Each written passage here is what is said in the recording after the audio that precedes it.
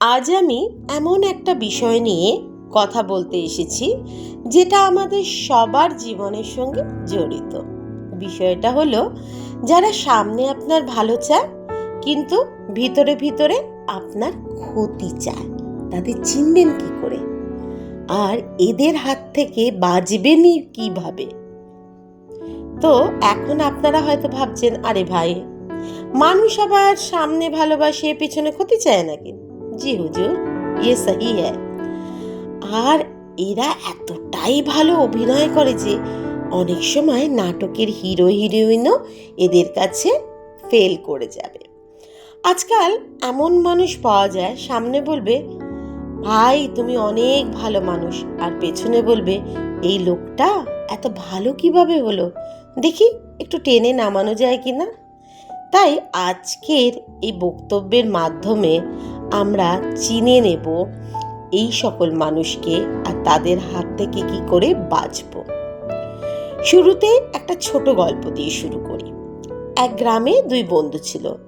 এক বন্ধু আরেক বন্ধুকে সব সময় বলতো, তুই আমার সবচেয়ে আপন মানুষ। একদিন সেই বন্ধু বলল, বন্ধু, তোর জন্য আমি আগুনে ঝাঁপও দিতে পারি। অন্য বন্ধু খুশি হয়ে বলল, সত্যি? তখন সে বলল, অবশ্যই, তবে আগে তুই আগুনটা জ্বালিয়ে দেখ। এটাই হলো বাস্তবতা। অনেক মানুষ আপনার পাশে থাকে কিন্তু দূর থেকে। এখন আসি, এই সকল মানুষকে আপনি চিনবেন কিভাবে। ফার্স্ট, আপনার সাফল্যে এদের পেট ব্যথা শুরু হয়। আপনি যদি বলেন আমি একটা নতুন ব্যবসা শুরু করেছি, সে বলবে ভালো ভালো, খুব ভালো, তবে এখন তো ব্যবসায় অনেক লস। আপনি বলবেন আমার চাকরি হয়েছে, সে বলবে চাকরি তো হয়েছে কিন্তু টিকতে পারবে তো? মানে আপনি আনন্দে আকাশে উঠতে যাবেন আর সে নিচ থেকে আপনার পাটা ধরে টেনে দেবে। এদের সমস্যা হলো কি বলুন তো? এদের সমস্যা হলো আপনার সাফল্য এদের কাছে নিজের ব্যর্থতাকে মনে করিয়ে দেয়। সেকেন্ড, এরা অতিরিক্ত কৌতূহলী হয়। এরা এমনভাবে প্রশ্ন করবে যেন গোয়েন্দা বিভাগ থেকে এসেছে। কত টাকা বেতন? কার সঙ্গে কথা বলো? বাড়িতে আবার কি সমস্যা? তোমার দুর্বলতা কি? তখন মনে হবে এরা বন্ধু কম, সিআইডি বেশি। কারণ এরা তথ্য সংগ্রহ করে পরে অস্ত্র হিসেবে ব্যবহার করবার জন্য প্রস্তুত হবে। থার্ড, সামনে প্রশংসা, পেছনে সমালোচনা।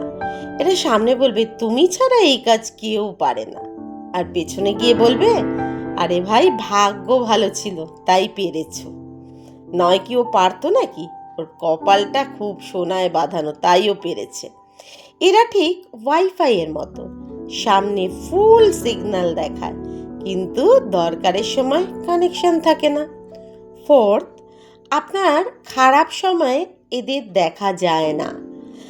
আপনার যখন টাকা, সাফল্য, প্রভাব সব আছে তখন এরা খুব কাছের মানুষ, কিন্তু একদিন সমস্যা এলে দেখবেন ফোন করলে বলবে কি বলুন তো, দুঃখিত আমি একটু ব্যস্ত আছি।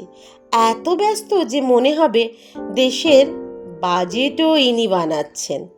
সত্যিকারের মানুষ সুখে দুঃখে থাকে, স্বার্থের মানুষ শুধু ভালো সময় নিজের সুবিধা আদায়ের জন্য থাকে। এখন প্রশ্ন হলো, এদের থেকে বাঁচবেন কিভাবে? সবাইকে সব কথা বলবেন না। আমাদের একটা সমস্যা কি জানেন? কেউ একটু হাসি মুখে কথা বললে আমরা জীবন কাহিনী খুলে বসি। ভাই একটা কথা বলি, কিন্তু কাউকে বলো না। এই কাউকে বলো না কথাটাই সাধারণ সবচেয়ে দ্রুত ছড়িয়ে পড়ে। কারণ কি বলুন তো, সাধারণত এই খবরগুলো কেউ চেপে রাখতে পারে না, তাই নিজের ব্যক্তিগত বিষয় সবার সঙ্গে শেয়ার করবেন না। সেকেন্ড, কম কথা বেশি পর্যবেক্ষণ। মানুষের কথা শুনে নয়, কাজ দেখে বিচার করুন। কারণ মুখের ভাষা মিষ্টি হতে পারে কিন্তু মনটা সবসময় মিষ্টি নাও হতে পারে। চিনি আর লবণ দেখতে একই রকম, কিন্তু স্বাদ কিন্তু এক নয়। থার্ড, নিজের আত্মবিশ্বাস বাড়ান। নেতিবাচক মানুষ প্রথমে আপনার মনোবল ভাঙতে চায়, তাই কেউ যদি বলে তুমি পারবে না, মনে মনে বলুন তুমি না পারলে সেটা তোমার সমস্যা, আমার না।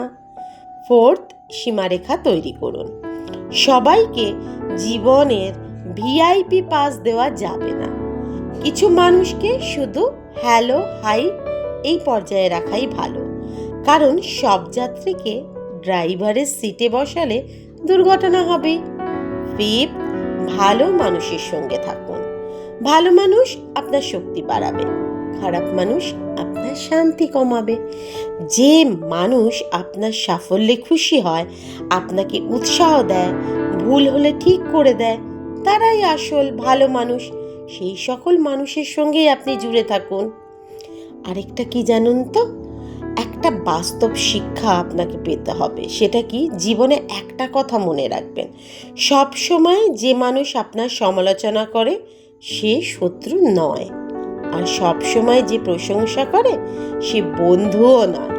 কারণ অনেক সময় তেতো ওষুধ মানুষকে বাঁচায়, আর অতিরিক্ত মিষ্টি মানুষকে অসুস্থ করে তোলে। দেখবেন আপনার ভালো সময়ে ওনাদের যে মুখটা ভালো করে লক্ষ্য করবেন, ওনাদের মুখটা যেন কীরকম একটা হয়ে যাবে, যেন তারা খুব দুঃখে আছে। তাই এই সকল মানুষ দেখতে পেলে এদের আচার আচরণ আপনি যখন বুঝে যাবেন, তখন একটা জিনিস করবেন, একটু ডিস্টেন্স মেনটেন করবেন। জীবনে ভালো থাকার জন্য শুধু ভালো মানুষ হওয়াই যথেষ্ট না, মানুষকে চিনতেও জানতে হয়। সরল হন, কিন্তু বোকা হবেন না। ভালোবাসুন, কিন্তু অন্ধভাবে বিশ্বাস করবেন না। সাহায্য করুন, কিন্তু নিজের ক্ষতি করে নয়। আর যেটা জানতে হয় সেটা হলো, মানুষের আসল চেহারা আয়নায় না, স্বার্থে ধরা পড়ে।